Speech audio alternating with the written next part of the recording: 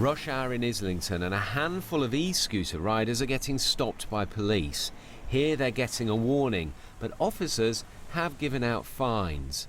For riders like David Carboni, who bought his electric scooter last week, it's frustrating. I think it's really hard because they're such a good vehicle for the city. You know, they're reducing congestion, they're reducing pollution. You know, you really want to be able to have something like this to use. I think because the law it's old, it's a bit of a grey area. It's just falling between two stools. I think we really need to resolve it because this is the kind of thing you want to have in a city rather than all this traffic. E-scooter safety hit the headlines after the death of the presenter Emily Hartridge here in Battersea 3 weeks ago. Even though they're illegal on public roads and pavements, thousands are used every day in the capital.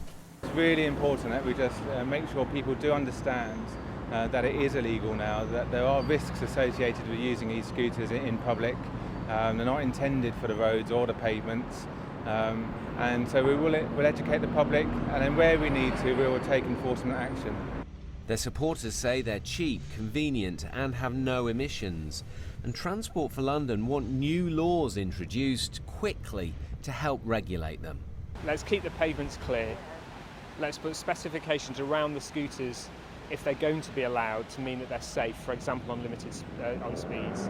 But also, let's mean that we have an ability to prevent clutter so they can't just be left everywhere, particularly on a rental scheme. I think the police crackdown is a little bit too late, if I'm being honest. We've actually got thousands of them on the streets now. The undersourced policing and the chance of them actually stopping everyone it's not going to happen. It seems a little too late, and I think we need clarity on it. We need legislation. The Met says around 100 riders have been stopped this week. Other countries have regulated e-scooters. The government says it's reviewing their use, but for many, that's taking too long. Tom Edwards, BBC London.